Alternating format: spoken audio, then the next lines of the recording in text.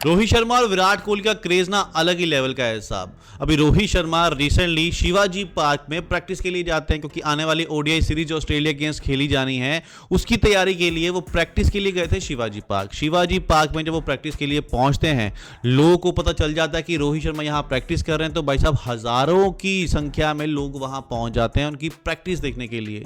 जिस नेट में वो प्रैक्टिस कर रहे थे, नेट के बाहर लोग खड़े होकर उनके लिए तालियां बजा रहे थे। जब रोहित शर्मा शॉट लगा रहे थे, लोग पागल हो रहे थे, उनकी वीडियोस बना रहे थे।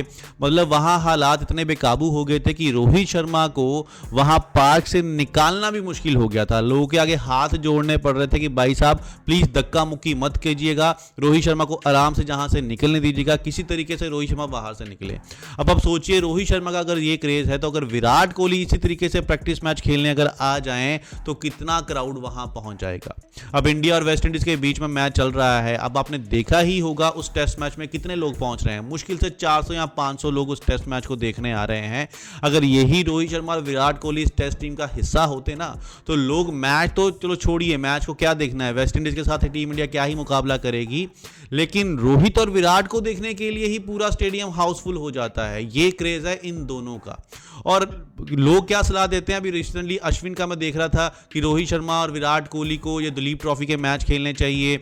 और भी बीसीसीआई भी शायद सजेस्ट कर रही है कि अगर उनको ओडीआई में लगातार खेलते रहना है तो डोमेस्टिक क्रिकेट खेलना पड़ेगा। तो क्या बीसीसीआई श्योरिटी दे सकती है इनकी जो सेफ्टी है वो बनी रहेगी? मतलब अगर ये प्रैक्टिस मैच खेलने जाते हैं, किसी डोमेस्टिक मैच में दिलीप ट्रॉफी का मैच खेलने जाते हैं, इंडिया ए का मैच खेलने जाते हैं, वहां पर जो स्टेडियम हाउसफुल हो जाएगा, क्या उसकी पूरी सिक्योरिटी की गारंटी बीसीसीआई लेता है?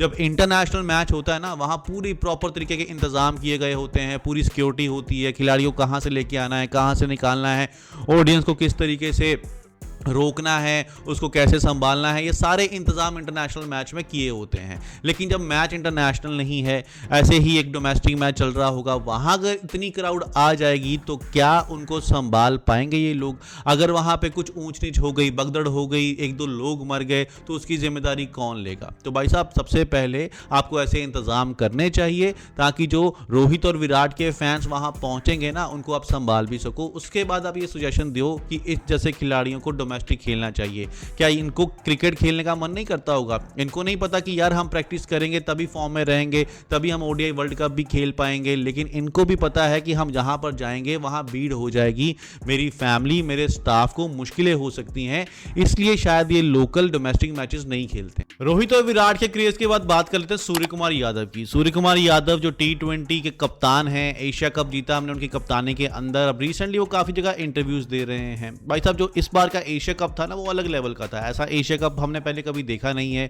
जिस तरीके की हालात इंडिया और पाकिस्तान के बीच बने हुए थे, भाई ऐसा लग रहा था कि जैसे मैदान में क्रिकेट नहीं युद्ध चल रहा हो। जिस तरीके की हरकतें, नीच हरकतें पाकिस्तान के खिलाड़ी कर रहे थे, भाई साहब उनका लेवल भी दिख रहा था, क्योंकि गेम तो उनसे खेली नहीं जा रही थी, लेकिन अपनी हरकतों से वो अपनी आवाम को खुश जरूर कर रहे थे। सूर्य कुमार यादव से रिसेंटली पूछा गया, जो सबसे बड़ा मुद्दा बना था हैंडशेक का, वहीं से सबकी शुरुआत हुई थी कि टीम इंडिया ने पाकिस्तान खिलाड़ी के साथ हैंडशेक नहीं किया। ये किसकी सुजेशन थी? क्या ये बीसीसीआई के ऑर्डर थे या पीछे सरकार की तरफ से ये ऑर्डर आए हुए थे कि आप मैच तो खेलो लेकिन आप खिलाड़ियों के साथ हैंडशेक नहीं करोगे? या कोच गौतम गंभीर ने ऐसी सलाह दी थी कि भाई साहब हम जाएंगे, मैच खेलेंगे, लेकिन हम उनके साथ हाथ नहीं मिलाएंगे, एक फ्रेम के अंदर हम आएंगे नहीं? तो भाई साहब ये उन्होंने बताया कि ये जो सलाह थी ना, मुझे किसी ने नहीं दी। ना तो ये बीसीसीआई की तरफ से कोई ऑर्डर था, ना सरकार की तरफ से ऐसा कोई मेंशन था, ना ही कोच गौतम गंभीर ने ऐसा बोला। ये मुझे उसी टाइम पर मुझे इंस्टिंक्ट हुआ और मैंने अपने खिलाड़ियों को बोला कि हम इनके साथ हैंडशेक नहीं करेंगे। और मेरे सारे खिलाड़ियों ने, कोचिंग स्टाफ ने मुझे बैक किया इस डिसीजन के अंदर।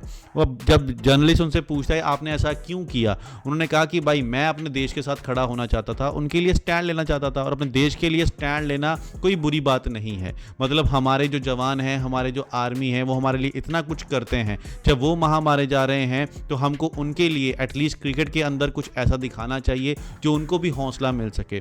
तो इस बात की, सूर्य कुमार यादव की इस बात से तो मैं टोटली एग्री करता हूं कि भाई साहब, लेकिन हैंडशेक के बाद जिस तरीके की हरकतें हुई ना, उसके ऊपर भी सूर्य कुमार यादव ने बोला कि ठीक है हमने हैंडशेक नहीं मिलाया, वो अलग बात थी, लेकिन उसके बाद जितने भी मैचेस हुए हमारे खिलाड़ियों ने कोई ऐसी हरकत नहीं की है जिससे हम उनको उकसा सकें। लेकिन उनके खिलाड़ी ऐसी हरकतें करते रहे हैं।